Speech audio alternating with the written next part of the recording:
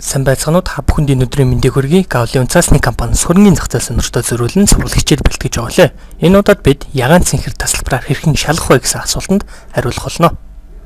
Ягаан цэнхэр тасалбар гэж юу вэ?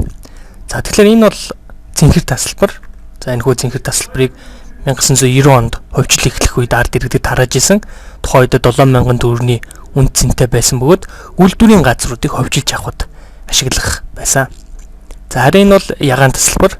За ягаан тасалбар 3,000 төгрөгийн үнэтэй бөгөөд үйлчлэгээ худалдааны чиглэлээр бизнес эрхэлж байгаа компаниудын хувьцааг худалдаж авахд ашиглах байсан юм а. За энэ хүү хөрөнгө оруулалтын эрхийн бичиг нь таныг хувьцаа эзэмшсэнийг шууд батлахгүй бөгөөд энэ бол зөвхөн хөрөнгө оруулалтын эрхийн бичиг байсан. За харин энэ хүү эрхийн бичгээ тогтоосон хугацаанд нь ашиглаж чадсан хүмүүсийн хувьд бол компаниудын хувьцааг авч өмч хөвчлөлд амжилттай оролцож чадсан байгаа. Харин зарим хүмүүсийн хувьд ягаан цэнхэр тасалбараа өнөөдөр гаргаж ирэн энэхүү ягаан цэнхэр тасалбарт ямар нэгэн үнцийн байгаа хэсэг талаар ихээр лавлах болсон. Ягаан цэнхэр тасалбараа яаж шалах вэ? За тэгэхээр энэхүү зурган дээр бол цэнхэр тасалбарын нүүрний хэсэг харагдаж байна. За энэхүү улаан дөрвөлжин дотор бол тухайн эрхийн бичгийг эзэмшигч хүний овог нэр бол харагдаж байгаамаа.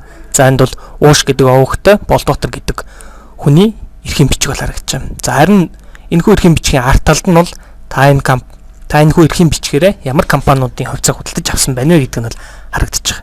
За энэ дөрвөлжин дотор бол 3 компани нэр харагдаж байна. Говь компани хувьцаа, их барилга компани хувьцаа, Шивава компани хувьцааг бол энэ хүн тухайн үед хувьчилж худалдаж авчээ. За жишээлбэл говь компани хувьцааны нэрс үн 100 төгрөг.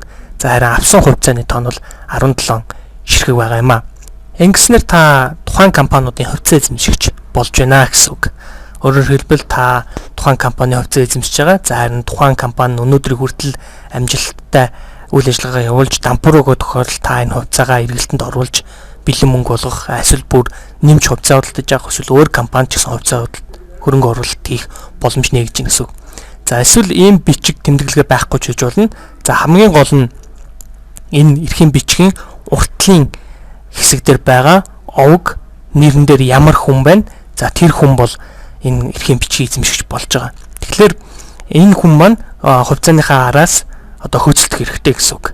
За тэгэхээр энэ хүн одоо хувьцааны араас хөөцөлдөнө гэдэг маань юу хэлж байна вэ гэхээр энэ хүн маань дараах газар очих хэрэгтэй. За хаана очих вэ гэхээр энд газрын зур дээр тайлбарлая. За энд бол Тэнгис кино театр харагдаж байна. За Тэнгис кино театраас урагшаага яваад зам гараад Чингэлтэй дүүрэг байдаг. За Чингэлтэй дүүргийн зүүн талаар нь арк байгаа. За аркаар урагшаага гараад баруун ирэх гэх юм бол үн цаасны төлбөр тооцоо төвлөрсөн хадгаламжийн төв гэсэн ийм үн цаасны хувьцааны бүртгэлэг хийж яадаг улсын компани байдаг. За тэгэхээр та энэ компани дээр очих хэрэгтэй гэсэн үг. Та гэдэг маань ямар хүнийг хэлж байна гэхээр тэр хөрөнгө оруулалтын эрхийн бичиг дээр нэр нь байгаа хүнийг хэлж байгаа юм а. За энэ газар очиод та юу авах вэ?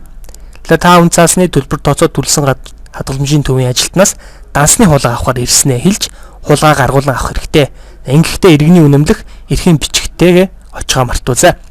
Ингээд та хулгай авч дараа нь бидэнтэй холбогдож илүү наривчлсан зөвлөгөө мэдээлэл авч болно. Бид таны асуултанд хариулахдаа баяртай холно. Манайхтай холбогдох тус 715 33 тэгтэг. Харин манай хаяг Гавлийн цаасны компани Багшийн дээдийн автобусны буудлын арт талд байрлах Сонор плазагийн 100 хойд тоолгаар 6 давхарт гараад 602 дотод байрлаж байна. Анхаарал хандуулсан та бүхэнд баярлалаа.